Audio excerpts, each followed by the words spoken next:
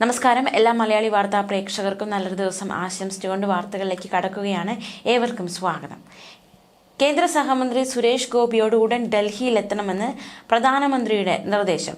തൃശൂരിലെ പരിപാടികൾ റദ്ദാക്കിയിരിക്കുകയാണ് സുരേഷ് ഗോപി. അദ്ദേഹത്തെ എന്തിന് വിളിപ്പിച്ചു എന്ന ചർച്ചകളിലാണ് മലയാളികൾ. സുരേഷ് ഗോപിയുടെ തിങ്കളാഴ്ചത്തെ പരിപാടികൾ റദ്ദാക്കി. ഇതോടെയാണ് ചർച്ചകൾ തുടങ്ങിയത്. അടിയന്തരമായി ഡൽഹിക്ക് പോകേണ്ടതിനാൽ തൃശൂരിൽ തിങ്കളാഴ്ച നിശ്ചയിച്ചിരുന്ന പരിപാടികളിൽ പങ്കെടുക്കാൻ സാധിക്കില്ലെന്ന് സുരേഷ് ഗോപി അറിയിച്ചു. തൃശൂരിൽ നടക്കുന്ന ഓണാഘോഷത്തിലും പുലിക്കളി മഹോത്സവത്തിലും തന്റെ സാന്നിധ്യം പ്രതീക്ഷിച്ചിരുന്ന എല്ലാവരോടും ക്ഷമ ചോദിക്കുന്നതായി അദ്ദേഹം ഫേസ്ബുക്ക് കുറിപ്പിൽ കുറിച്ചു. പ്രധാനമന്ത്രി നരേന്ദ്രമോദിയുടെ നിർദ്ദേശത്തെ തുടർന്ന് ഞായറാഴ്ച വൈകിട്ട് 4 മണി മുതൽ നിശ്ചയിച്ചിരുന്ന എല്ലാ പരിപാടികളും റദ്ദാക്കി എത്രയും വേഗം ഡൽഹിയിലേക്ക് പോകേണ്ടി വന്നിരിക്കുകയാണ് എന്നാണ് സുരേഷ് ഗോപി പറഞ്ഞത്. സുരേഷ് ഗോപിയുടെ ഫേസ്ബുക്ക് പോസ്റ്റിന്റെ പൂർണ്ണ രൂപം ഇങ്ങനെ: തൃശ്ശൂരിലെ പ്രിയപ്പെട്ട ജനങ്ങളോടും നാളെ തൃശ്ശൂരിൽ നടക്കുന്ന ഓണാഘോഷത്തിലും പുലിക്കളി മഹോത്സവത്തിലും തന്റെ സാന്നിധ്യം പ്രതീക്ഷിച്ചിരുന്ന എല്ലാവരോടും ഹൃദയപൂർവ്വം ക്ഷമ ചോദിക്കുന്നു. ബഹുമാനപ്പെട്ട പ്രധാനമന്ത്രിയുടെ ഉടൻ ഡൽഹിയിൽ എത്തണമെന്ന നിർദ്ദേശം കിട്ടിയതിനാൽ ഇന്ന് വൈകുന്നേരം 4 മണി മുതൽ നിശ്ചയിച്ചിരുന്ന എല്ലാ പരിപാടികളും റദ്ദാക്കി എത്രയും വേഗം ന്യൂഡൽഹിയിലേക്ക് പോകേണ്ടി വന്നിരിക്കുകയാണ്. ഓണാഘോഷത്തിന്റെയും പുലിക്കളി മഹോത്സവത്തിന്റെ ഉദ്ഘാടനത്തിനും ഗുരുദേവ ജയന്തി പ്രമാണിച്ച് എല്ലാ കൊല്ലവും നടത്തുന്ന മഞ്ഞക്കടലിൽ സംഗമത്തിലും പങ്കെടുക്കാൻ കഴിയാത്തതിൽ തനിക്കേറെ ഖേദമുണ്ട്.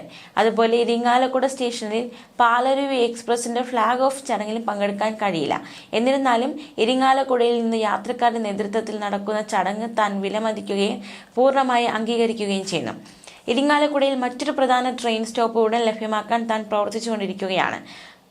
അത് പൂർത്തിയായാൽ അതിന്റെ ഫ്ളാഗ് ഓഫ് നമ്മൾ ഒരുമിച്ച് വലിയ സന്തോഷത്തോടുകൂടി ആഘോഷിക്കുമെന്നും ഉറപ്പ് നൽകുന്നുവെന്നും സുരേഷ് ഗോപി ഫേസ്ബുക്കിൽ കുറിച്ചു. ഒരിക്കൽ കൂടി ക്ഷമ ചോദിച്ചുകൊണ്ട് നിങ്ങളുടെ സ്വന്തം സുരേഷ് ഗോപി എന്ന് പറഞ്ഞാണ് ഫേസ്ബുക്ക് പോസ്റ്റ് അവസാനിപ്പിച്ചിരിക്കുന്നത്.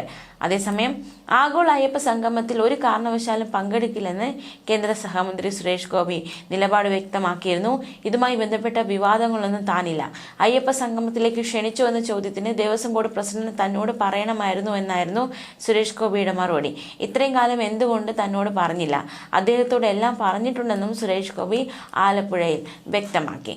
അയ്യപ്പ സംഗമത്തിൽ പങ്കെടുക്കുമോ എന്ന ചോദ്യത്തിന് ഞാനൊരു മന്ത്രിയാണെന്നായിരുന്നു കഴിഞ്ഞ ദിവസം കേന്ദ്ര സഹമന്ത്രി സുരേഷ് ഗോപി മറുപടി നൽകിയത്.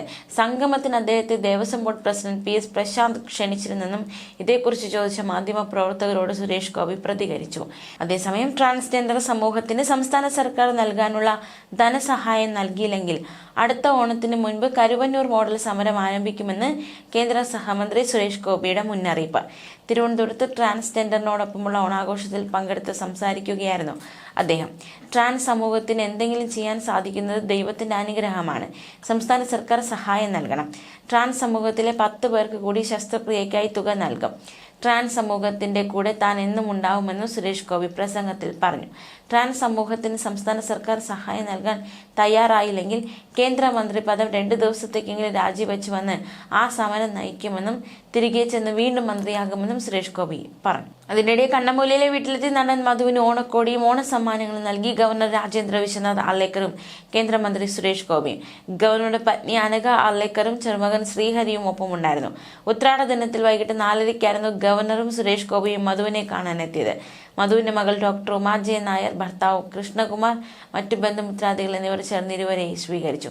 ഗവർണർ ഓണക്കോടിയും ഓണസമ്മാനവും മധുവിന് നൽകി. സുരേഷ് ഗോപി മധുവിനെ ഷോൾ അണിയിക്കുകയും ഓണക്കോടി നൽകുകയും ചെയ്തു. ഗവർണറും കുടുംബവും തന്നെ കാണാനെത്തുമെന്ന് സ്വപ്നത്തിൽ പോലും കരുതിയതല്ലെന്നും വന്നതിൽ വളരെ നന്ദിയുണ്ടെന്നും മധു പ്രതികരിച്ചു. അതേസമയം തദ്ദേശ തെരഞ്ഞെടുപ്പിൽ സുരേഷ് ഗോപിയുടെ വോട്ട് തിരുവനന്തപുരത്ത് നിന്ന് കോൺഗ്രസ്. ശാസ്തമംഗലത്തെ 41-ാം വാർഡിലാണ് സുരേഷ് ഗോപിക്കും കുടുംബത്തിനും വോട്ടുള്ളതെന്നും കോൺഗ്രസ് ആരോപണം. സുരേഷ് ഗോപി തിരുവനന്തപുരത്തെ സ്ഥിര താമസക്കാരനാണെന്നും തിരഞ്ഞെടുപ്പിൽ ജയിക്കാനായി തൃശൂരിലേക്ക് വോട്ട് മാറ്റിയതാണെന്നും കോൺഗ്രസ് നേതാവ് അനിൽ അക്കര പറഞ്ഞു. പുതുക്കിയ വോട്ടർ പട്ടികയിലെ സുരേഷ് ഗോപിയുടെയും കുടുംബത്തിന്റെയും വോട്ട് തിരുവനന്തപുരത്ത് തന്നെയാണെന്ന് അനിൽ അക്കര ആരോപിച്ചു.